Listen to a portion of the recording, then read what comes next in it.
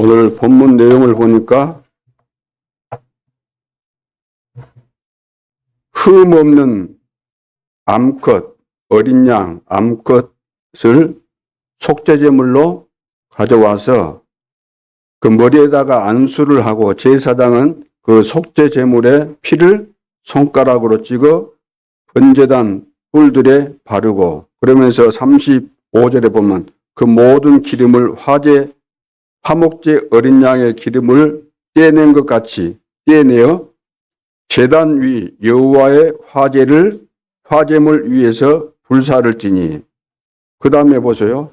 이같이 제사장이 그가 범한 죄에 대하여 그를 위하여 속죄한즉 그가 사함을 받으리라. 자, 죄 문제 반드시 해결돼야 되는데 그 해결되는 방법은 속죄제로, 속죄제물을 드려야만 해결이 되어진다라는 말씀입니다. 지금 이 시대에 온 땅에 재앙이 임했는데 무엇이 문제인가? 모든 것이 문제지만 그 가운데서도 교회 문제가 가장 심각합니다. 그래서 지금 이 시대의 교회 문제는 무슨 문제일까요? 교회가 당연히 축복을 누리고 전달해야 되는데 이 축복을 다 놓쳤다는 거죠. 당연한 거, 필요한 거, 절대적인 이런 축복을 놓친 것이 문제입니다. 그 가운데서 오늘 세 가지. 첫째는 임마누엘을 누려야 되잖아요. 성도들이, 모든 성도들이, 교회가 하나님께서 주신 최고의 축복 임마누엘을 누려야 되는데 이것을 지금 못 누린 것 때문에 교회에 심각한 문제가 왔고 이 세상에까지도 재앙 저주가 임하게 된 것입니다. 성경 이사야 7장 14절 이 말씀을 하나님이 주셨는데 이스라엘 백성들이 포로로 잡혀갔을 때, 포로가 되었을 때 여기서 해방받는 길, 여기서 구원받는 길이 바로 이 말씀이죠. 그래서 그러므로 주께서 친히 징조를 너희에게 주실 것이다. 주께서 친히 징조를 주실 것이다. 포로 중에 있는, 그 포로에 잡혀 있으면 그건 뭐 인간이겠어요. 포로, 악한 자에게 사로잡혀서 모든 자유를 다 박탈당한 것인데, 그래서 주께서 친히 징조로 주실 것이다. 징조를 너희에게 주실 것이다. 그 징조, 사인을 준다는 거죠. 그 징조가 뭐냐? 보라, 처녀가 잉태하여 아들을 낳을 것이요. 그 이름을 임마누엘이라 하리라. 그것이 징조라는 겁니다. 우리가 구원받는 징조, 구원받는 길, 그것이 바로 임마누엘입니다. 그러니까 이사야서 7장 14절 예언의 말씀이잖아요. 우리 인간이 구원받는 길, 임마누엘. 그런데 그 말씀 그대로 신약 성경에 와서 성취가 되어졌는데 마태복음 1장 19절로 23절에 보면은 그 내용들이 잘 기록이 되어 있습니다. 그 내용들은 좀 이따가 다시 한번 보기를 하고요. 자, 그래서 이 말이 무슨 말입니까? 이 말씀을 알아들으면은, 임마누엘 이런 축복이 임하겠다고 말씀하셨고, 실제로 예수님이 이 땅에 오셨고, 우리의 죄를 해결하기 위해서, 자기 백성의 죄 문제를 해결하기 위해서 오셨는데, 그분이 바로, 그 이름이 바로 임마누엘이다. 이 말씀을 알아들으면 다 끝나는 것인데, 이 말씀을 제대로 이해를 못하기 때문에 모든 문제가 다 온 것이죠. 이 말씀을 이해하면은 사실 모든 죄에서 해방받게 되고 하나님이 나와 함께하는 이런 축복을 누리게 될 텐데 이런 축복을 누리지 못하고 있는 것 때문에 지금도 창세기 3장 사건, 6장 사건, 11장 사건, 나중심, 물질 중심, 성공 중심으로 사단의 전략에 걸려가지고 여기서 못 빠져나오고 헤매고 있다는 겁니다. 누가?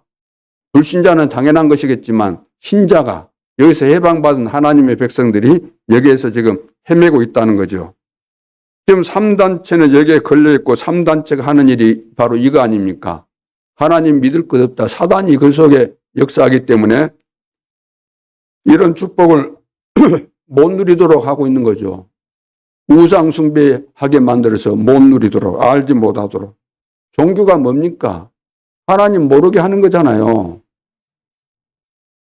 그리고 교회는 여기서 해방받는 비밀을 가진 자가 교회고 이 비밀을 말하는 것이 교회인데 여기에 걸려가지고 불신자와 다를 바 없이 귀신 들린 자들과 다를 바 없이 종교와 다를 바 없이 3단체와 다를 바 없이 수준이 똑같다는 이야기입니다. 그렇기 때문에 교회 안에서 모든 문제는 내 생각이잖아요. 내 생각을 늘 말하려고 하고 말하지 않습니까?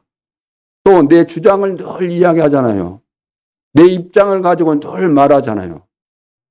이것이 통하지 않으면 늘 서운하고 뭔지 모르지만 말하고 있지 않지만 뭔가 답답하게 기분 나쁘게 이렇게 하고 있기 때문에 서로 소통이 될 수가 없어요. 왜? 내가 기분 나빠 있는데 다른 사람이 왜 그걸 못 느끼겠어요? 왜 그럴까요? 그리스도를 통해서 내가 구원받고 구원의 축복과 이 평안을 누리면 될 텐데 이걸 못 누리고 늘 잡혀있기 때문에 늘 내 입장 이것을 고수하는 거죠. 내 생각 말해야 되는 것이고 내 말대로 내 주장대로 안 되면 기분 나쁜 것이고 이것이 늘 남아있는 거죠. 늘 이것이. 사단이 이걸 가지고 계속해서 진두르고 있기 때문에 평안이 없는 겁니다. 교회 와도. 내 뜻대로 다 되면 얼마나 좋겠어요. 내가 훌륭하고 내가 생각하고 하는 것이 훌륭하니까 내 말대로 되면 얼마나 좋겠습니까? 그러나 이거 안 되니까 늘 편안함이 없는 거죠. 평안이 없고. 이 말은 무슨 말이냐? 아직도 복음이 이해 안 됐다는 겁니다. 복음은 들었어도 복음은 말한다고 하지만 복음이 실제로 이해가 안 된 거죠. 그래서 내 생각으로 만들어진 법, 내 생각으로 만들어진 법들이 너무 많잖아요. 우리 개인도 그러잖아요. 여러분 나름대로 다 자기 법이 있어요. 자기가 원하는 그 윤리 기준이 있고 법의 기준이 다 있기 때문에 그것과 안 맞으면 싫다 그러고 틀렸다 그러고 그러면 안 된다 그러고 다 그러지 않습니까? 그렇다면 꼭 내 생각이 옳은 것인가? 이 부분 생각해 봐야 되겠죠. 내 생각이 꼭 옳은 것인가? 내 주장이 꼭 옳은 것인가? 다른 사람들도 내 주장을 따라와야 되는 것인가? 전부 다 자기 주장하지 않습니까? 이번에 대통령 선거 마쳤지만 봐보세요. 여야가 보세요. 전부 다 자기 입장에서만 말하잖아요. 자기 입장에서만. 그러면 여당 쪽에 있는 사람은 여당이 말하는 것은 다 맞는데 야당 편에서 보면 얼토당토 안 하고 이것은 너무나 어거지고 내로남불이고 전부 다 내로남불이죠. 내로남불. 내 주장이라는 것은 내로남불이에요. 나에게 유익되면은 말했다가 또 상황이 바뀌면 불리하면 또 바꿔버리는 거예요. 그게 사람인 거예요. 나름대로 뭐 기준을 가졌다. 법에 따라서 뭘 만들었다. 그렇게 말하지만 다 그런 겁니다. 그러니까 하나가 안 되고 늘 싸울 수밖에 없죠. 교인들 거의 다가 창세기 3장, 6장, 11장에 걸려있기 때문에 다를 바가 없다는 거죠. 불신자와 이렇게 살아가는 겁니다. 왜? 이 복음을 이해 못해서 임마누엘을 이해 못해서 가장 중요한 단어 임마누엘인데 임마누엘 교회라고 이름까지 지었는데 이것이 이해 안 되면 늘 우리는 편안함이 없습니다. 평안도 없고 편안한 것도 없고 그래서 이 부분이 이해 안 되면 절대로 사단이 결박 안 되게 돼 있습니다. 사단은 임마누엘의 비밀을 깨달은 자 앞에서 결박되는 것이지 이거 모르면 깨달아질 수가 없죠. 그래서 이 비밀 모르면 끊임없이 찾아오는 사단의 전략에 걸려들어서 시험 들 수밖에 없는 거죠. 그래서 임마누엘, 이것은 어마어마한 이름 아닙니까? 보라 처녀가 잉타하여 아들을 낳을 것이요 그 이름을 임마누엘이라 하리라. 이 말은 성령이 우리와 함께 하신다는 거죠. 그러면 다 끝난 거 아닙니까? 그래서 참 복음, 구원을 가진 자만 아는 단어가 바로 임마누엘입니다. 참 복음을 이해한 사람만이 이 임마누엘을 이해하고 누리게 되는 거죠. 진짜 구원받은 사람만 임마누엘의 축복을 알고 누리게 되는 것입니다. 그러니까 이 부분을 모르게 되면은 신앙생활을 평생 하면서도 끊임없이 갈등하다가 내 생각대로, 내 주장대로 먹히지 않으면은 혼자서 막 시험 들다가 결국은 교회를 떠나가게 되는 거죠. 그것이 모든 세계 교회 문제고 특별히 한국 교회 문제가 다른 문제가 아니고 그 문제입니다. 복음은 아는 것 같고 복음을 말하는 것 같지만 복음이 제대로 이해 안 됐기 때문에 내 개인에게 적용이 안 되는 거죠.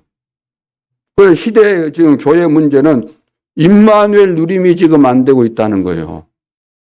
오늘 우리 자신들을 점검하면서 나는 임마누엘의 비밀을 깨닫고 이 축복을 누리는 가운데 어떤 문제도 문제가 아니고 나는 완전한 축복을 받았고 이 축복 속에 있구나 다시 한번 확인하는 그런 시간표가 될 수 있기를 바랍니다. 두 번째는 정체성과 미션. 이것이 지금 찾아지지 않았다는 거죠.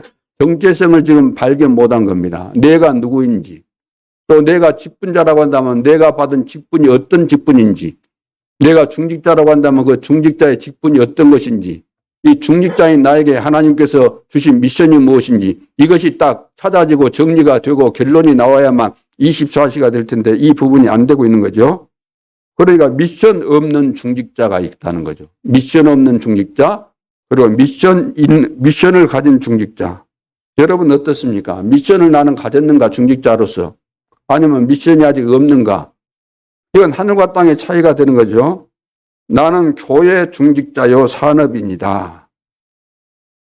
내가 미션을 가졌다고 한다면 나는 이 지향시대에 임마누엘 여섯교회 중직자로 하나님이 나를 세웠구나. 나에게 산업을 주신 이가 이 산업을 가지고 이 시대의 재앙을 막으라고 나에게 이 직장을 주시고 이 직업을 주셨구나. 나는 교회 중직자요 산업인이다. 이거 없으면은 사람 말이 늘 시험 들 수밖에 없죠. 그리고 이제 교역자는 맡은 일에 24시가 돼야 됩니다. 중직자는 나에 대한 정체성, 그리고 나에게 주어진 미션에 대해서 답이 딱 나와야만, 여기 딱 꽂혀져야만 24시가 되는 거예요. 자나깨나 내가 무엇을 하든지 나는 임마누엘 여섯교회 중직자고 나는 시대 살릴 산업입니다. 후대 살리고 교회 살릴 산업인 중직자다. 이것이 매 순간순간 어떤 상황에서도 나오지 않는다고 한다는 것은 24시가 안 돼 있는 거예요. 교역자는 내가 맡은 일이 있잖아요. 왜 내가 교역자입니까? 왜 하나님이 교역자로 세웠습니까? 왜 나에게 교역자로서 어떤 분야를 맡겼습니까? 왜 주일학교를 맡기고 중고등부 맡기고 왜 대학 청년부를 맡기고 왜 맡겼을까요? 질문해 보세요. 맡은 일을 제대로 하라는 거죠.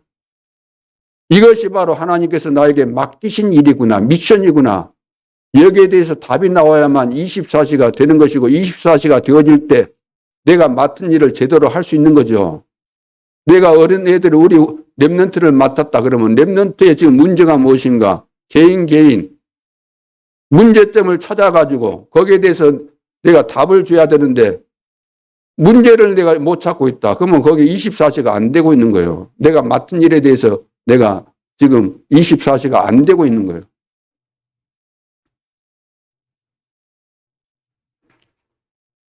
우리가 랩런트 사정을 모르는데 무엇을 도와줍니까? 대상자의 문제를 지금 파악을 못했는데 뭘 도와주겠어요? 다른 말 아무리 해봐야 그건 소용이 없는 거예요. 또 짜증만 나는 것이지. 등이 가렵다는데 등 좀 긁어달라는데 정확한 지점은 몰라가지고 막 옆에를 뜩뜩 긁으면은 얼마나 성질 납니까? 그 옆에 막 하면서 우리가 그러잖아요. 요즘은 뭐지요? 뭐 손 달리는 거 있어갖고 자기가 하니까 좀 편하지만 그거 없을 때는 뭐 또 긁어달라고 그러기도 하지 않습니까? 그래서 최고의 미션이 무엇인가? 최고의 미션은 우리는 잘못된 각인뿔에 체질되어 있기 때문에 이것을 바꿔주는 거잖아요. 바꿔주는 거. 나에게도 이 잘못된 각인뿔에 체질된 거 있으니까 내가 이거 바꾸는 것이 미션이에요. 하나님이 그거 바꾸라는 거 아닙니까? 왜 은혜를 주셨습니까? 내가 바꾸고 나와 관계된 사람들에게, 내가 맡은 자들에게, 우리 후대에게, 성도들에게 이걸 바꿔주라는 거죠. 최고의 미션이 이걸 바꾸는 것입니다. 그리고 예배를 바꾸는 거예요. 그냥 예배만 드리고 달랑달랑 예배만 드리고 가면 안 돼요. 초대교회에 일어났던 그 예배의 축복이 일어나도록 바꿔야 되는 거예요. 모이면은 기도하고 말씀 붙잡고 포럼하고. 그러니까 초대교회는 예산이 부족하지 안 했다 그랬잖아요. 자기 소유를 팔아서 내놓고 날마다 역사 일어나고 말씀이 성취되고 제자들이 일어나고 그런 예배가 회복되도록 이걸 바꾸는 것이 우리에게 주어진 미션인 거예요. 최고의 미션. 또 한 가지는 뭡니까? 능력을 바꾸는 미션이잖아요. 내가 사는 현장에서 모든 지역을 살리는 거죠. 중직자 세웠더니 허다한 제사장의 무리도 이 도에 복종하니라. 제자들 있는 그 지역에 아나니아가 다메섹에 있으니까 바울을 꺾어서 갔다가 붙이고 빌립보 지역에 데살로니가 지역에 고린도 지역에 숨겨지는 제자를 찾았던 제자 중심으로 말씀 운동이 일어나고 그 지역이 살아나는 이런 능력이 나타나게 돼 있는데 오늘 내가 처한 현장에서 이것이 나타나고 있지 않다고 한다면 하나님은 이것을 나타나게 하려고 이런 역사가 능력이 나타나도록 하시려고 나에게 미션을 주셨는데 최고의 미션을 주셨는데 여기에 대해서 답이 안 나오니까 최고의 미션에 대해서 24시가 안 되고 있다는 거죠. 오늘날 세계교회 문제가 어디 있습니까? 이런 답이 안 나오니까 늘상 한다고 하는 것이 3단체가 하는 것을 그대로 하는 거예요. 늘 시험 들고 내 주장하고 내 입장 말하고 내 생각 말하고. 세 번째는 달란트 찾는 비밀입니다. 하나님이 우리에게 달란트를 다 주셨는데 찾지를 못한 거죠. 그럼 어떻게 찾으면 되는가? 달란트를 찾기 위해서 먼저 해야 될 것이 있는데 그것이 뭐냐면 사모늘을 하라는 겁니다. 사모늘. 이 말이 무슨 말입니까? 늘 우리는 하루하루를 시작하는데 하루를 시작할 때 무엇을 해야 되는가? 아침에 일어나서부터 우리는 하루 종일 사모늘을 늘 생각하면서 살아야 돼요. 오늘의 하나님은 살아계시기 때문에 구원받은 하나님의 자녀가 맞다면은 오늘도 하나님은 오늘의 말씀을 주십니다. 오늘의 기도를 원하십니다. 오늘의 전도가 있습니다. 이것을 늘 확인하라는 거죠. 이것을 계속해서 하고 있으면 하나님이 오늘의 말씀, 오늘의 기도, 오늘의 전도 속에서 나에게 주어진 달란트를 깨닫도록 하시기 때문에 이것이 선행이 안 되면, 이것이 먼저 안 되면은 다른 것이 안 되는 거예요. 아침에 일어나면 기도하는 것부터. 우리 믿음의 선배들이 과거부터 해왔던 아침에 일어나면 교회당에 나와서 기도하는 거. 이것이 지금 잘 안 되고 있잖아요. 기본적인 것인데. 그러니까 좋은 습관을 드리는 거, 좋은 습관이 생기도록 하는 것도 중요하죠. 어릴 때. 그래서 어릴 때 새벽에 일어나서 기도하는 습관이 든 사람은 늙어서도 그래 합니다. 근데 우리는 습관이 안 됐다 할지라도 진짜 은혜 받고 내가 미션을 받고 내가 누구인가 이 정체성을 확인하게 되면은 그리고 하나님의 시간표 속에서 지금 무엇이 중요한가 알게 되면은 되게 돼 있는 거죠. 내가 이 시대 살릴 중직자구나, 산업인이구나, 전도자구나.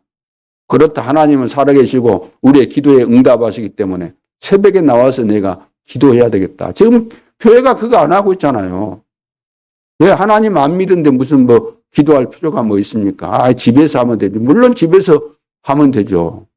그렇다고 한다면은 교회당 지을 필요가 없어요. 모일 필요도 없어요. 집에서 하면 되죠. 메시지 요즘 유튜브에 보면 설교가 차고 넘치잖아요. 그러면 될 거 아닙니까? 그러나 그것은 흐름이 없고 중요한 하나님의 계획을 찾을 수 없는 겁니다. 그렇게 하면은 은혜가 될는지 모르지만 쓰임 받을 수도 없고 실제적으로 하나님과 중요한 관계를 다 놓치게 되는 거죠. 그래서 오늘의 달란트를 찾아야 돼요. 오늘을 그냥 막연하게 우리가 살아가는 것이 아니죠. 오늘도 하나님께서 나를 축복하시고 함께 하시고 성공시키시고 응답을 주시고 증거를 주시고 하나님의 계획을 이루어 가시는데 나를 쓰시기를 원하시는데 오늘의 달란트를 찾아야 되는데 어떻게 찾으면 될까요?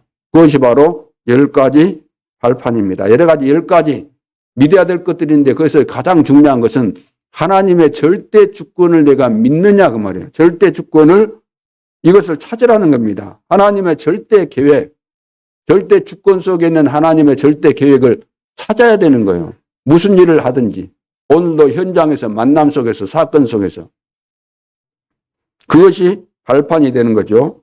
그러면서 10가지 비밀이 뭡니까? 10가지 여러 가지 나오지만 거기서 가장 핵심적인 것이 뭐냐면은 나는 어떤 경우에도 살아남는다. 구원받은 나는 언약의 백성이 나는 어떤 상황에서도 살아남는 정도가 아니고 승리할 수밖에 없다. 나는 혼자 있어도 상관없다. 광야에 가도 상관없다. 노예로 팔려가도 상관없다. 누명서도 상관없다. 도망가도 상관없다.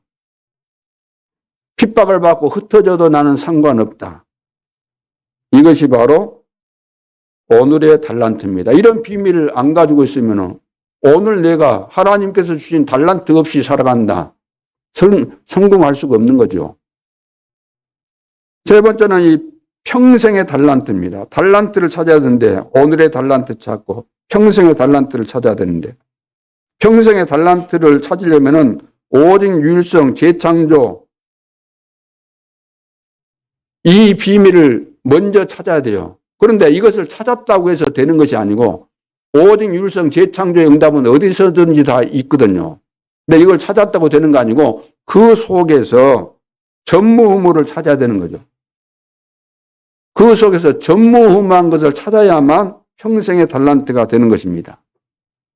그래야만 여기서 진짜 이제 답을 얻게 되고 이 속에서 모든 것이 되어지는데 그 속에서 어떤 일을 만나도 그 속에 CVDIP가 딱 찾아지게 돼 있고 정리가 딱 되게 돼 있잖아요. 그러니까 오직 유일성 재창조 속에서 전무후무를 찾아야 된다.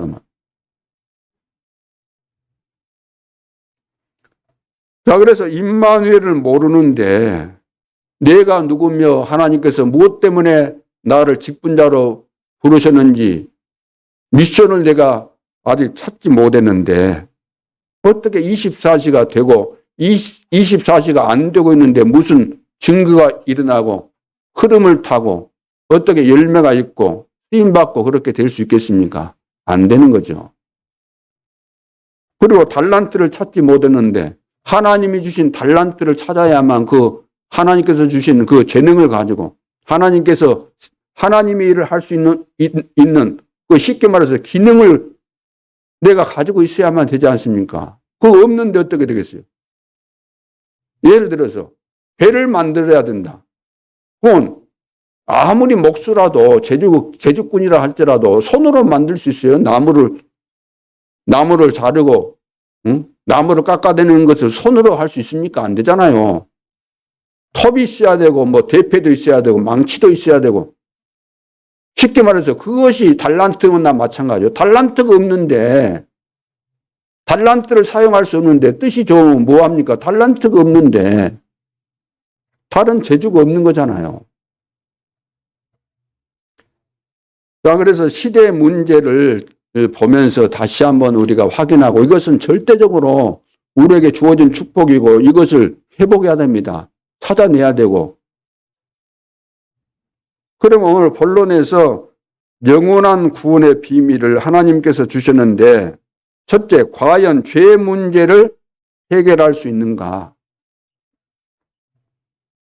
죄의 문제를 과연 해결할 수 있는가? 야, 우리가 지은 자범죄를 해결할 수 있을까? 여러분 어떻습니까? 자범죄가 뭐죠? 자범죄는 우리 자신들이 스스로 짓는 죄인데, 예를 들어서 뭐 도둑질을 했다, 아니면 뭐 사기를 쳤다, 뭐 이런 것들이 다 이제 자범죄에 속하는 것인데, 우리가 자범죄를 안 지었다고 해서 우리는 죄 문제가 없는가? 그건 아니죠. 설령 우리가 자범죄를 안 지었다 할지라도 그건 내 생각일 뿐이고, 실제로 우리에게는 죄 그 자체가 남아 있거든요. 계속해서. 이사야 64장에 보면은 이런 말씀이 있습니다. 무릇 우리는 다 부정한 자 같아서, 우리는 다 너도 나도 할 것 없이 한 사람도 빠짐없이 모든 사람이 다 부정한 자 같아서 우리의 의라는 것은, 우리의 의는 다 더러운 옷 같으며 그랬어요. 우리가 나는 의롭다, 나는 죄 안 지었다, 난 죄인 아니다, 난 죄 지은 적 없어, 그래서 나는 의인이야. 아무리 그렇게 말해도 이 사람은 누더기 옷과 같다 그랬어요. 누더기 옷, 쉽게 말해서 걸레면 나 마찬가지예요. 걸레 여기저기 뭐 닦다 보면 때가 묻어서 더럽잖아요. 우리가 옷이라는 것도, 누더기 옷이 뭡니까? 하도 오래 입어가지고 여기에 묻지 저기에 묻지 때 묻고 뭐 이렇게 하면서 누더기처럼, 거지 옷이 누더기 옷이잖아요.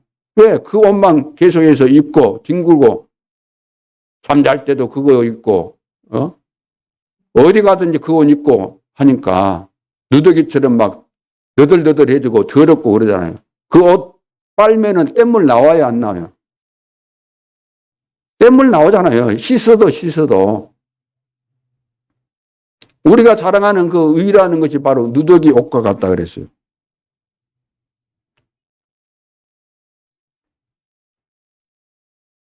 그래서 다 잎사귀 같이 시들므로 우리의 죄악이 바람같이 우리를 몰아간다 그랬습니다. 잎사귀처럼 다 우리는 다 말라지고, 우리의 이 죄악이 바람같이 우리를 몰아간다 그랬어요. 바람같이 몰아간다. 우리 죄악이 우리를 완전 망하도록 몰고 간다는 이야기입니다. 그러니까 우리 자범죄 해결할 수가 없어요. 우리 자신들이 아무리 훌륭해도. 여러분들이 막 그 자제력이 있고 또 훌륭하고 또 규모가 있고 대단해서 나는 그래 죄 하나도 안 지었어, 그런 말로 해서 여러분 죄 문제가 해결되는 게 아닙니다. 모르고 지은 죄가 또 있잖아요. 더 많을 겁니다. 모르고 지은 죄가. 그래서 인간은 고통 속에 살 수밖에 없죠. 호세아서 4장 6절. 내 백성이 여호와를 알지 못한 것 때문에 늘 죄를 지을 수밖에 없는 거죠. 이 백성이 이제 죄를 짓는다 그랬잖아요. 여호와를 아는 지식이 없어서 늘 죄를 짓는다는 거죠. 그리고 조상 때부터 오는 영적인 문제와 우상 숭배로 오는 죄가 있잖아요. 내가 자범죄를 안 짓다고 할지라도 모르게 또 짓는 죄가 있고, 거기에다가 조상들로부터 물려받은 그런 죄가 있는 겁니다. 영적인 문제와. 그 죄라는 것은 3, 4대까지 이어진다 그랬잖아요. 출애굽기 20장 4절 5절을 보니까. 그러니까 이것은 끊어지지 않는다는 거예요. 고리가 3, 4대까지 계속해서 3세대까지 가는 가운데서 또 죄 안 짓겠어요? 어떤 인간이 그리고 원죄를 해결할 수 있겠습니까? 원죄가 뭡니까? 창세기 3장 문제잖아요. 하나님 떠난 문제, 하나님 모르는 문제, 하나님 안 믿는 문제, 하나님 무시하는 문제. 난 하나님 없다, 하나님만 뭐 안 믿는다. 그거 다 원죄예요. 하나님 안 믿는 것, 하나님 떠난 거 아닙니까? 왜 떠났습니까? 죄를 범하고. 그거 모르고 있잖아요. 왜 죄를 범했습니까? 사단에게 걸려가지고. 그것도 모르고 있잖아요. 영적인 비밀이니까. 이거 원죄입니다. 여기서 못 빠져나와요. 알지도 못해요. 내가 원죄에 걸려있다는 자체를 알지를 못한다니까요. 누가 가르쳐 주지도 않고 알고 싶어도 알 수가 없어요. 왜? 이 세상에 나와 있는 상상할 수 없는 책들이 많이 나와 있지만 여기에 대해서 말하는 책이 없기 때문에 오직 성경에만 말하는데 성경은 안 읽잖아요. 쓸데없는 책이라고 안 읽지 않습니까? 하나님 말씀 아니라고 하잖아요. 신학자들도 하나님의 말씀 아니라고 이렇게 단정하잖아요. 그런데 읽어본들, 연구해본들 어떻게 답이 나오겠습니까? 그래서 과연 죄 문제를 해결할 수 있는가? 우리 인간으로서는 이 세상의 그 어떤 방법으로도 이 죄 문제는 절대로 해결할 수 없다. 절대 불가능이다. 그래서 두 번째, 인간의 고통 따라올 수밖에 없죠. 죄 문제에 걸려있기 때문에 자기 자신도 모르게 죄의 대가, 저주 재앙이 올 수밖에 없고 이런 고통 속에서 이 문제를 해결해 보려고 인간은 본능적으로 발버둥 칠 수밖에 없는 겁니다. 그러나 발버둥 치면 칠수록 더 고통이 오는 거죠. 그래서 발버둥 치면서 해결해 보려고 하는 방법이 뭐냐면 철학입니다. 골로새 2장 8절. 철학으로 해결됐으면 얼마나 좋겠습니까? 그러나 절대로 이것으로 해결이 안 되죠. 누가 철학과 헛된 속임수로 너희를 사로잡을까 주의하라. 골로새 2장 8절에 이런 말씀하고 있습니다. 누가 철학과 헛된 속임수로 너희를 사로잡을까 주의하라. 이것은 사람의 전통과 세상의 초등학문을 따름이요. 그리스도를 따름이 아니라 그랬습니다. 사람의 전통과 세상의 초등학문이다. 초등학문. 막 철학 말하니까 대단한 것 같지만 초등학문이. 인문학 들으면서 대단하다 그러지만 초등학문이요. 그리스도를 따르는 것이 아니에요. 절대로 초등학문, 세상 그 학문, 철학 가지고 구원받을 수가 없습니다. 해결이 안 되니까 더 큰 문제가 올 수밖에 없죠. 이것으로 해결하려고 하니까. 틀린 답이 나올 거 아닙니까? 철학으로 답이 나오겠습니까? 절대 답 안 나옵니다. 답 나왔다고 해도 틀린 답이거든요. 그래서 하나님 모르고 철학으로 여러 가지 그 학문 이런 것을 가지고 나 인생에 답을 냈다. 나 이래서 하나님 안 믿는다. 이런 소리 많이 하지 않습니까? 그건 답이 아닙니다. 자기 혼자 착각에 빠져 있는 거죠. 해결될 수가 없는 겁니다. 그리고 종교로 해결하려고 하는 사람들은 종교로 해결되겠습니까? 죄 문제가, 저주 재앙이, 사단의 문제가, 기업 권세가 해결되겠어요? 운명이 종교로 해결됩니까? 안 되잖아요. 그래서 종교 생활 아무리 열심히 해도 보응이 오는 겁니다. 대가가 오는 겁니다. 그렇죠? 교회를 열심히 다녀도, 암만 열심히 다녀도 복음 모르면은 교회당만 열심히 다닌 것이지 죄 문제 해결 안 됐으면은 종교인과 다를 바 없이 그대로 보응이 오는 겁니다. 죄에 대한 대가가 올 수밖에 없는 거죠. 그리고 사람들은 또 노력하면 될 줄 알아요. 어릴 때부터 우리가 늘 배운 것이 뭡니까? 열심히 살아라. 열심히 해야 된다. 열심히. 그 전에 보면은 대표기도하는 그 장로님들 그 기도 속에는 열심히 이 단어가 얼마나 많이 들어갔는지 몰라요. 한 주간 동안 열심히 신앙생활을 하게 하시고 열심히 기도하고 열심히 해야. 열심히라는 것이 물론 나쁜 건 아니고 필요하죠. 그러나 근본적으로 이런 문제를 해결할 수 있는 해결하는 데는 그 열심, 이 인간의 노력이 절대로 도움이 되지 않습니다. 절대로 해결 안 돼요. 사도행 27장 10절로 15절에 보면 생각해 보세요. 지금 내가 인생 문제에 걸려 있는데 내 인생이라는 것이 마치 뭐냐면은 항해하는 배가 풍랑을 만난 것과 같은 것이 내 인생이에요. 풍랑 만나면 배에 있는 거 파도가 치고 뒤집어질 것 같으니까 배 안에 있는 물건들 꼭 필요한 것은 놔두고 다 바다에 버리고 그리 한다 할지라도 해결되는 것이 아닌 겁니다.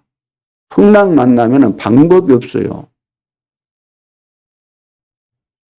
인생에 풍랑 만나면 방법이 없는 겁니다. 아무리 우리가 노력하고 이것저것 다 버리고 뜯어내고 나름대로 뭐 회개하고 그래도 해결되는 것이 아니죠. 그럼 또 어떤 사람은 뭐 윤리 도덕적으로 내가 바르고 깨끗하고 그러면 되는 것이 아니겠는가? 그건 뭐 나쁠 것은 아니죠. 필요한 부분이기도 하지만 그것을 가지고 우리 죄 문제, 근본 문제, 우리 운명에서 빠져나올 수 없는 거죠. 니고데모를 봐보세요. 니고데모. 유대인의 그 관원으로서, 지도자로서, 선생으로서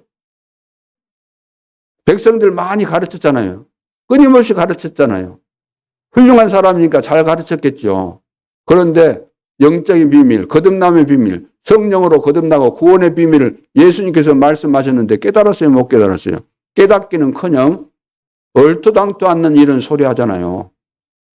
영적인 세계를 전혀 모르니까 거듭나야 된다 그러니까 어찌 내가 어머니 뱃속에 다시 들어갔다가 나옵니까? 그 소리를 하고 있잖아요. 그 훌륭한 선생님께서. 그러니까 영적인 지식이 없으면 아무나 이건 유치한 겁니다. 그러니까 고통받는 거 당연한 거죠. 해답이 없는 거 아닙니까? 해답이 없죠. 자, 그래서 세 번째, 위기로 접어든 해결책. 그래도 이제 이렇게 해도 해결이 안 되니까 지금 사람들이 또 새로운 해결책을 찾아내서 하는데, 답을 교회가 지금 주지 못한 것 때문에 세상 여기저기서 또 답을 준다고 이상한 단체들이 일어나고 있다는 거죠. 개인 스스로 뭐 철학, 종교, 노력, 윤리 이런 것으로 해결될 줄 알고 발버둥을 쳤는데 다 안 됐고, 그래서 그런 고민 속에서, 고통 속에서 또 찾아낸 것이 뭔가? 대부분 이제 귀신 들려가지고 답을 찾았다고 하는 그 단체들이 일어나고 있는데, 답을 주겠다고 일어난 단체들인데, 쉽게 말해 초능력. 지금 세계에서 가장 사람들을 미혹하고 있습니다. 막 명상운동, 초능력 막 이런 거 하잖아요. 극단적 체험 종교, 막 극단 체험 종교. 다 체험을 했기 때문에 막 간증하고 또 체험시키면 사람들이 거기에 걸려들면은 야, 이것이구나. 신비한 체험했으니까 그것이 다인 줄 알죠. 불건전 신비주의. 그리고 교회당에 다니는 사람들도 보면은 이제 여기에 신비주의에 빠질 수밖에 없어요. 답을 못 얻고 뭔가를 느끼고 또 응답을 받아야 되겠다는 절박한 상황이 오고 막 부르짖다 보면은 복음이 이해 안 된 가운데서는 영적인 부분에 정리 안 된 사람은 반드시 신비주의에게 걸려들게 돼 있는 겁니다. 굉장히 중요한 부분이죠. 우리 하나님을 만나고 영적인 비밀을 알고 기도하는 가운데서 하나님이 신비한 체험을 줄 수 있지만 그것이 다가 아니죠. 징조를 줄 수 있고 응답을 줄 수 있고 깨닫게 해주실 수 있고 얼마든지 그렇게 하실 수 있는 거죠. 그래서 우리는 신앙생활을 할 때 정말로 온전한 인격으로 바르게 이해하고 정리하고 논리적으로도 이것이 맞아야 되고 올바른 인격 속에서 복음을 제대로 이해하고 정리하고 내 삶 속에 적용하고 특별히 우리 렘넌트에게는 이렇게 3요소 우리의 인격이 바르게 이해되는 가운데서 가르침이 돼야 되는 거죠. 감정도 필요하지만 감정에 치우치면 안 되고 지식이 중요하지만 지식에만 치우쳐서도 안 되고 의지도 필요한 거잖아요. 바르게 이해하고 이것을 실천하기 위해서 의지력을 가지고 또 이 부분에 대해서 우리는 하나님이 역사하시는 부분에 대해서 또 느낄 필요가 있고 응답을 받아야 되고 하기 때문에 이런 감정 이런 것도 필요한 거죠.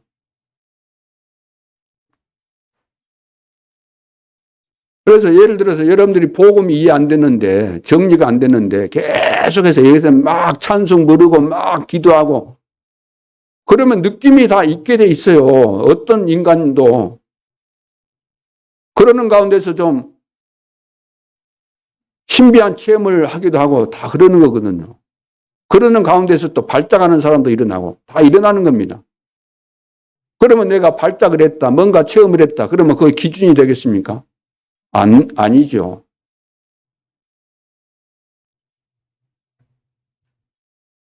그런데다가 지금 이단들이 일어나서 또 가지각색으로 이야기하잖아요. 이러면은 뭐 구원받는다, 해결된다. 그뿐만 아니라 또 불신자들이 하는 것이 뭡니까? 미신, 굿, 점하고 막 굿하면서 신접하면은 뭔가 증거가 일어나고 그러니까 그것이 구원받는 것인 줄로 착각하지만 구원이 아니지 않습니까? 자, 그래서 네 번째, 하나님의 사랑과 용서입니다. 하나님의 사랑과 용서.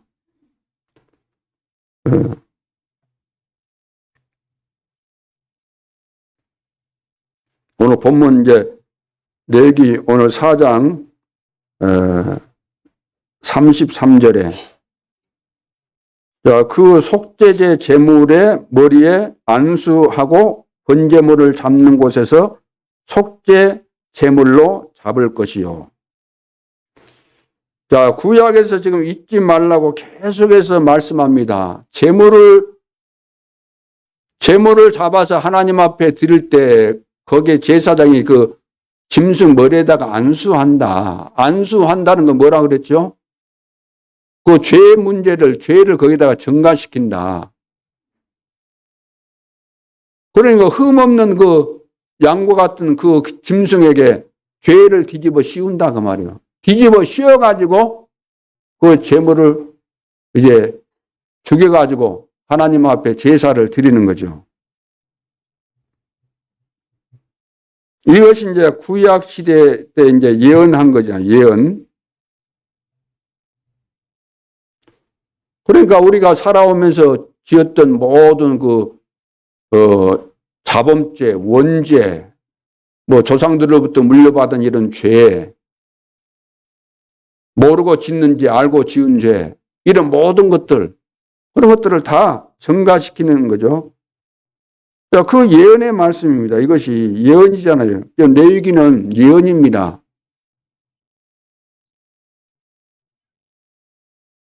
그래서 마태복음 1장 이제 19절로 23절에 보면은 거기에 보면은 그 마리아가 그 임신했잖아요. 마리아가. 근데 임신했는데 그 실제로 결혼을 하고 남자하고 이렇게 같이 동침도 안 했는데 그 임신한 거예요. 그럼 임신한 사실을 요셉이 알게 된 거예요. 나하고 결혼할 여자가 나하고 관계도 안 맺었는데 임신했다는 임신. 그래서 그걸 밝혀가지고 돌로 쳐서 죽여야 되는데 요셉은 착한 사람이라 그것을 무마시키려고 했는데 하나님께서 요셉에게 말씀한 거예요. 마리아가 지금 잉태한 것은 어떤 그 다른 남자에게 이렇게 남자와 좋아가지고 뭐 관계를 맺어서 임신한 것이 아니고 뭐라고 했어요? 성령으로 그렇게 된 것이다. 그러니까 너가 데리고 와라. 성령으로 그렇게 한 것이다.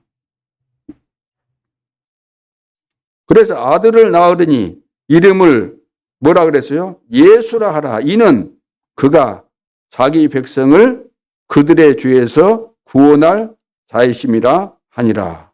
이 모든 일이 된 것은 주께서 선지자로 하신 말씀을 뭐라고요? 이루려 하심이라. 선지자 누구를 통해서? 이사야 선지자를 통해서 이사야 7장 14절에 말씀하신 그 선지자의 예언을 이루기 위해서 지금 이렇게 하고 있는 것이다. 보라, 처녀가 잉태하여 아들을 낳을 것이요 그 이름을 임마누엘이라 하리라. 이를 번역한즉 하나님이 우리와 함께 계시다 함이라. 그렇게 나오잖아요. 이사야 선지자가 예언했던 그 예언이 그대로 지금 성취된 것이다. 그러니까 우리 인간의 죄 문제는 여자의 후손이 아니면 안 된다 그 말이에요. 남자와 관계 맺어가지고 나온 그 사람으로서는 해결 안 된다 그 말이에요. 여자, 처녀. 처녀를 통해서, 다시 말해서 성령으로 잉태돼서 나온 죄가 없는 그분을 통해서만이 우리가 구원받는다. 그분이 누구라고요? 그분이 바로 예수님이세요. 아무나 십자가 진다고 되는 것이 아니다 그 말이에요. 이것이 바로 하나님의 사랑과 용서가 이 속에 지금 숨겨져 있는 거죠. 그래서 마태복음 16장 16절 안 되기 때문에 그리스도를 보내신 겁니다. 그래서 주는 그리스도시요 살아계신 하나님의 아들이십니다. 이 말은 레위기 4장 오늘 33절에 말씀하신 그분입니다. 예수님이 바로 레위기 4장 33절에 그 어린 양에게 안수해가지고 제물로 드렸던 바로 그분입니다. 이해되십니까? 이분이 지금 오신 거 아닙니까? 이분이 오셔갖고 안수해서 죽었던 그 제물처럼 십자가상에서 다 이뤘다고 하시면서 운명하셨다는 그겁니다. 예수님이 바로 그분이고 그 증거로 부활하셨는데 주는 그리스도시요. 예수님 당신이 바로 그리스도입니다. 이 고백을 한 거예요. 이 사실을 깨닫고 영접하는 자, 곧 그 이름을 믿는 자들에게는 하나님의 자녀가 되는 권세를 주셨다. 요한계시록 3장 20절에 내가 문 밖에 서서 두드리노니 누구든지 내 음성을 듣고 문을 열면 내가 그에게로 들어가 그로 더불어 먹고 그는 나와 더불어 먹으리라 그랬잖아요.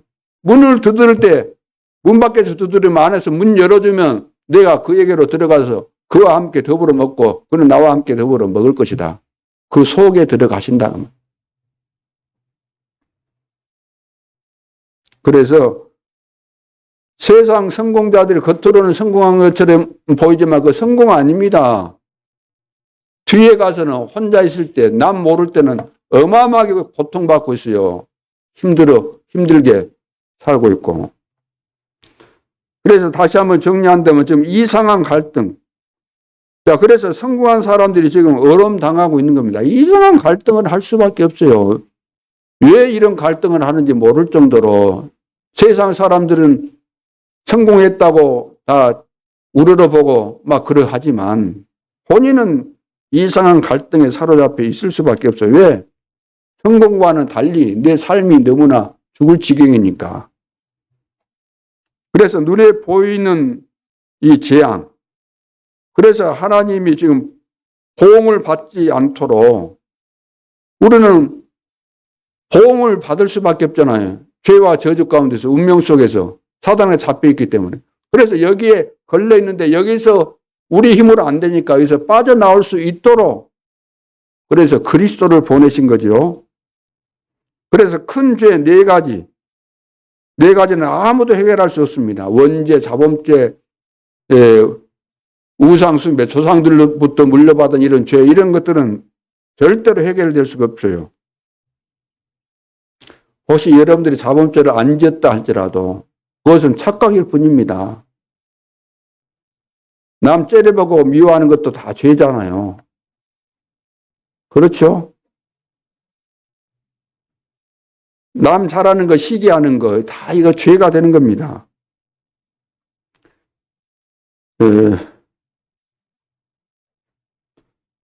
죄를 우리가 다 갚으려면은, 죽기 전에 뭐 다 갚을 수 있겠어요? 과거에 내가 지었던 죄 지금 잊어먹었다고 해서 없어지겠어요? 그 어떤 방법으로도 안 되는 겁니다. 그래서 구약 시대는 계속해서 한 번 드리고 끝난 거 아니잖아요. 왜? 또 짓고 하니까 날마다 드리는 거 아닙니까? 그럼 과거에 내가 많은 죄 지었는데 지금 안 짓는다. 그러면 지금 안 지니까 없는 것 같죠? 과거에 지은 것은 어떻게 하려고? 어디 다 도망갔습니까? 사라졌습니까? 어디 날아가 버렸습니까? 뭘로 녹여버렸습니까? 없애버렸습니까? 다 남아있는 거잖아요. 예를 들어서 나는 죄를 그래도 안 지은 편이다. 지어봐야 하루에 한 번 정도밖에 안 짓는다. 그러면 1년 살면 몇 개요? 365개. 그러면 10년 살았다. 60년 살았다. 70년 살았다. 얼마나 많은 죄를 지었냐고. 남 보고 막 짜증난다. 이것도 죄 아니겠어요? 상대방에 대해서 이해도 못하고 뭐 난 잘한 것 보면 괜히 기분 나쁘고.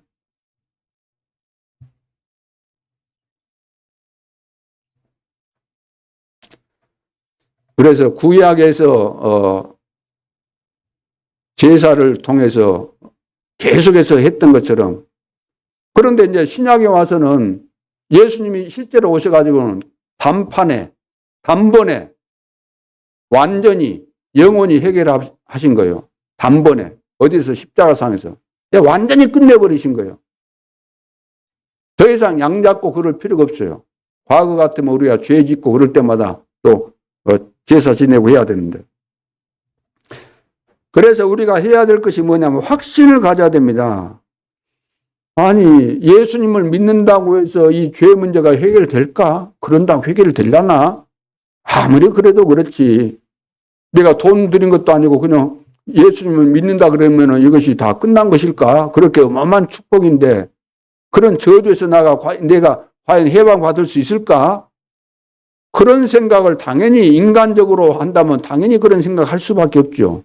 구원의 축복이 그렇게 어마어마한 것이라고 한다면 더 우리는 그런 생각을 할 수밖에 없을 거 아닙니까? 이렇게 큰 축복인데, 지구를 주고도 살 수 없는 축복인데 내가 지구도 안 주고 돈 한 푼도 안 내고 믿는다고 해서 이 문제가 해결된다는 말인가? 안 믿어질 수 있습니다. 그러나 믿으시기 바랍니다. 왜? 하나님께서 그렇게 말씀하셨어요. 믿기만 해라. 믿으면 된다. 믿는 자는 영생을 얻었다. 다 끝났다. 구원받았다. 믿으시기 바랍니다. 안 믿으니까 늘 죄의식에 사로잡혀가지고, 어떤 사람은 병적으로 죄의식에 사로잡혀가지고 또 시간 나면 또 틈틈이 또 옛날 그 죄 지었던 생각 거기 또 걸려가지고 다 빠져나오는데, 다 끝났는데 또 옛날 생각하고 그 생각이 막 또 떠오르고, 잠재의식 속에 막 계속해서 그것이 안 떠나고, 그러면 안 되는 거죠. 사단이 그래요. 사단이 죄의식에서 못 빠져나오도록 잠재의식에 딱 걸려가지고 계속해서 그 생각하게 만들고, 또 옛날 것도 싸우다 보면 옛날 것도 들춰내갖고 또 공격하고 늘 그러잖아요. 그런 말 많이 하잖아요. 늘 옛날 거 생각하면서 거기에 잡혀가지고. 영적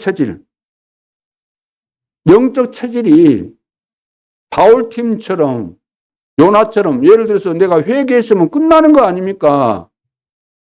모든 문제 다 끝난 거잖아요. 믿으면 다 끝나는 거 아닙니까? 늘 걸려가지고 올미에 걸려 있는 것처럼, 함정의 틀 여기에 걸려 있는 것처럼 늘 그렇게 걸려가지고 못 빠져나오고 그러면 안 되는 거죠. 우리 영적인 체질은 정말로 복음의 비밀을 제대로 깨닫고 믿고, 믿으면 다 끝났고 이제 새로 시작하면 되는 거죠. 늘 새로운 시작.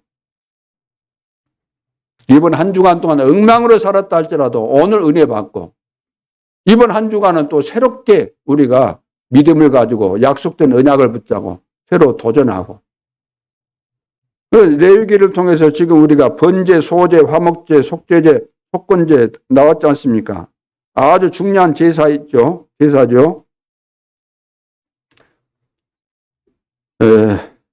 그래서 오랫동안 우리 속에 잠재되어 있었던 그 잘못된 이런 의식들, 이런 것들을 다 깔끔하게 우리가 해결을 해버려야 될 줄로 믿습니다. 복음으로. 우리는 하나님의 자녀고, 우리는 시대살에 전도하기 때문에. 그런 쓸데없는 데 매이지 말고, 걸리지 말고, 죄와 저주에서 우리는 다 해방받았잖아요. 죄의 쇠고랑에서 나는 다 해방받았잖아요.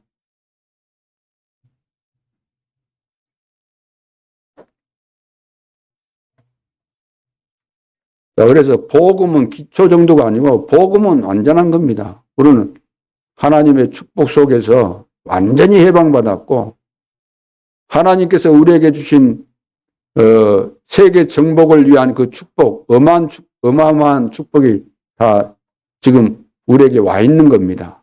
그렇기 때문에 우리는 믿음을 가지고 도전하게 되면은 당장도 하나님이 문을 여실 수 있는 거죠. 자, 그러면 오늘 결론으로 미리 응답을 우리가 받아야 되는데, 미리 응답이 뭡니까? 이미 하나님께서 다 약속하신 것이니까 이 사실을 믿고 미리 우리는 미래 것을 끌어당겨서 지금 누리면 되는 거죠. 첫째, 세계 복음화 그릇을 준비해야 됩니다. 세계 복음화를 위해서는 그릇을 준비해야만 세계 복음화 할 수 있죠.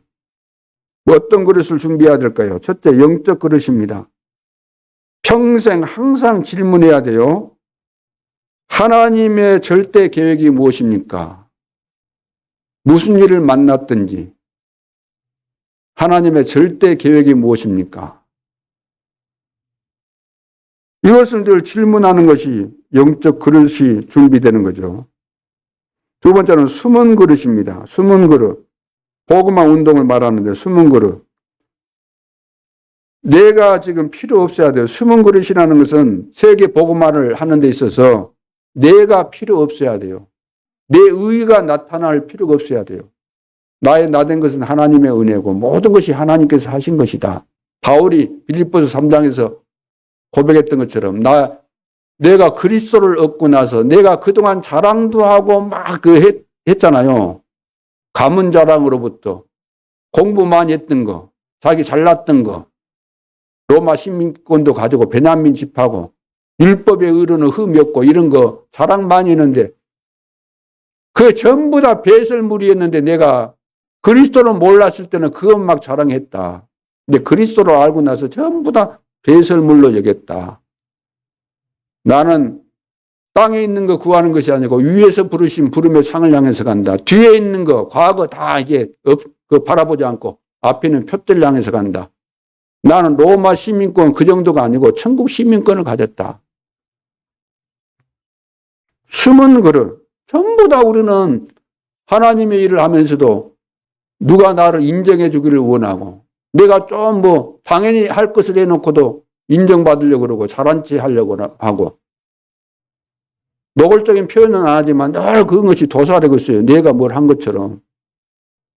구원받은 것도 하나님의 100% 은혜고 내가 지금 살아가는 거, 일하는 거 다 하나님의 100% 은혜로 된 거죠. 숨은 그릇. 세 번째는 실제 그릇입니다. 실제 그릇이 준비가 돼야 돼요. 무슨 말입니까? 우리는 살아가면서 위기 만나고 어려움 만나고 그러지만 그 위기, 문제, 사건 이런 것이 전부 다 분기점이다. 하나님이 더 좋은 축복을 다 준비하시고 이런 문제를 허락하셨다. 그래서 어떤 문제를 만나도 우리는 낙심하지 말고 힘 빠지지 말고 속지 말고 그것이 무슨 그릇 준비하는 거예요? 실제로 그런 준비를 하라. 내 삶 속에서. 올해 이제 제25차 선교 대회가 5월 달에 있습니다. 선교 대회를 위해서 준비를 해야 되겠습니다. 무슨 준비해야 될까요? 선교 대회를 위해서 선교사님들이 힘을 얻어야 되니까 힘을 얻고 선교 지역을 살려야 되니까 우리가 선교 대회를 위해서 준비를 해야 돼요. 어떤 준비? 선교사님들을 위해서 준비하고 올해부터는 선교 대회 할 때 본부에서 관여 안 하고 개 교회마다 선교사님들을 이제 실제로 돕는 일을 해라. 선교대회가 되면은 오가는 비행기 그 전부 다 교회 안에서 자체적으로 하고 와서 훈련받는 훈련비 또 와서 생활하는 여기 머무는 동안에 그 모든 것들 의식주 이런 것들을 전부 다 개교에서 해라. 그러면은 우리가 이것은 굉장한 하나님의 축복이거든요. 우리가 그동안 이런 부분에 대해서 감당을 못했다 할지라도 이런 시간표를 주신 것은 감당할 수 있다는 거잖아요. 우리 보고 기도하라는 겁니다. 더 큰 응답과 축복을 하나님께서 준비하시고 하라는 거죠. 이번에 세계 선교대회를 위해서 기도해야 될 줄로 믿습니다. 이제 하나님이 절대로 필요로 하는 것, 가장 중요한 것에 집중을 해야 돼요. 불필요한 것은 다 끊고 필요한 것에 집중하라 그 말이에요. 돈을 쓰더라도 낭비하지 말고 중요한 것에다가 집중 투자하라는 거죠. 오늘도 이제 2부 예배는 우리 장로의 헌신 예배입니다. 또 장로님들 몇 분만 남아 계시고 나머지는 다 가셔야지요. 하도 바쁜 일 많으시니까 주일날. 자, 순서 드신 분만 몇 분 남아가지고 강사분 멀리서 오시는데 서울에서 오시는데 몸도 편찮으신 분인데 오실 것인데 그냥 몇 사람만 남아가지고 예배 드리고 가셔야죠. 아이고 집에 가서 또 혹시 영상 나오면 보지. 그런데 어떻게 하나님이 기뻐하시겠어요? 오늘 다 남으셔가지고 다 예배 드리고 가시기 바랍니다. 이 교회를 위해서 한 주간 동안 계속해서 한 주간만 그랬겠어요. 2학년 때부터 계속해서 기도하시고 우리 박사님 오셔가지고 중요한 메시지를 하실 것인데 여러분들에게 정말로 도움되는 그런 메시지를 하실 겁니다. 여러분들이 가지 마시고 오늘 예배에 다 참석하시기 바랍니다. 당연히 우리가 옛날 같으면 주일날 밤에도 나와서 예배도 드리고 그리 했는데 두 번째는 복음 원리스 집중해야 되는 복음 원리스 집중을 해야만 우리는 응답을 받는 거예요. 원리스가 되면은 원리스가 안 되면 어때요? 원리스가 안 된 가운데서 우리가 이것저것 막 교회 일 많이 해도 그건 전부 다 헛일이 되는 거예요. 원리스가 안 된 상태에서 하면은. 근데 지금 봐보세요. 사단은 원리스 되어 있는데 교회는 원네스가 되어 있다는 거예요. 교회는 원네스. 하나가 안 되고 있고 사단은 하나가 되고 있다는 겁니다. 그래서 원리스 하나가 되면은 흑암이 꺾일 수밖에 없죠. 그러면 원네스가 되면은 하나가 안 되면 어떻게 되겠어요? 그건 뻔한 거죠. 결과는 반드시 실패합니다. 자, 여러분 성도 중에 누가 미워지고 있습니까? 성도 가운데 어떤 성도를 보면 볼수록 그냥 주는 것 없이 믿고 받은 것 없이 믿고 그런 분 있습니까? 그 사람은 사단에게 지고 있는 겁니다. 나름대로 율법 체질이 되어 있는 거예요. 자기 자신도 모르게. 그러나 어떤 잘못을 했다 할지라도 불쌍하게 여겨진다고 한다면은 그 사람은 복음입니다. 그러면 그 사람에게는 흑암이 꺾일 수밖에 없죠. 하나님 우리에게 완전한 복음 주셨는데 이 복음 안에서 우리는 하나 되는 것이 당연한 것이고 하나 될 수밖에 없잖아요. 하나 돼 있잖아요. 성령으로 믿음으로 절대 언약으로 세계화의 흐름 속에서 같은 교회 안에서 우리 모두는 복음 원리스 집중해야 될 줄로 믿습니다. 숫자는 많으면 모르는데 숫자도 적은 데서 예를 들어서 교인 3명 있는데 3명이 서로 그냥 응그렁거리고 서로 하나 안 되고 그러면 어찌 되겠어요? 수천 명도 안 되는데 수만 명도 안 되는데 하나 안 된다. 마지막 세 번째 제한적 집중입니다. 제한적 집중. 하나님이 필요로 하는 오직 유일성 재창조. 자, 그래서 그 교회 문제 있을 때 해결해야 되는 해결. 교회 어떤 문제가 있어도 해결해야 되는데 해결하기 위해서는 집중해야 되잖아요. 말씀으로. 근데 초대교회는 교회 문제가 많죠. 밖으로는 핍박이 오지 안에서는 거의 다 구제 대상자들이 모였지요. 또 유대인들 근성이 대단하지 않습니까? 그래서 교회 안에 문제가 많은데 집중했다 그러면 집중. 그러니까 하나 돼서 집중하니까 기적이 일어났지 않습니까? 그리고 한 지역 문제 해결을 위해서 집중하고 한 나라 문제 해결을 위해서 집중하고 그러나 초대교회는 계속해서 지역마다 갈 때 흑암이 무너지고 제자들 찾아내고 제자 중심으로 전도운동이 일어나고 로마까지 복음하는 놀라운 증거들이 일어났습니다. 언제? 집중할 때. 계속해서 안디옥교에서 처음 이제 선교사 파송할 때도 봐보세요. 그 집중하기 위해서 기도에 집중하기 위해서 금식까지 하면서 집중한 거잖아요. 오늘 제한적 집중. 우리는 중요한 것을 두고 그 중요한 것을 붙잡고 거기에 제한적으로 거기에 집중해서 여러분 볼록 렌즈 있잖아요. 볼록 렌즈 가지고 햇빛 비치는데 딱 이리 초점을 맞추면은 불 붙잖아요. 나무나 이런데 집중하는 거예요. 집중. 제한적 집중. 중요한 일에 하나님께서 꼭 필요로 하는 일에 그래서 내 개인적으로도 우리 가정 문제도 실제로 내가 사는 현장에서 또 우리 모든 중직자들이 각 지역에서 나에게 분배된 지역을 놓고 제한적으로 집중해서 우리가 기도하는 것입니다.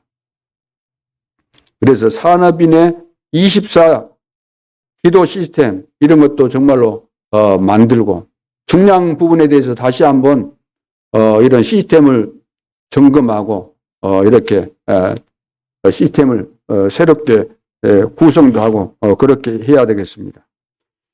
그러니까 사마리아의 지역에 들어가서 사마리아를 복음하는데도 집중하니까 일심으로 듣고 그랬잖아요.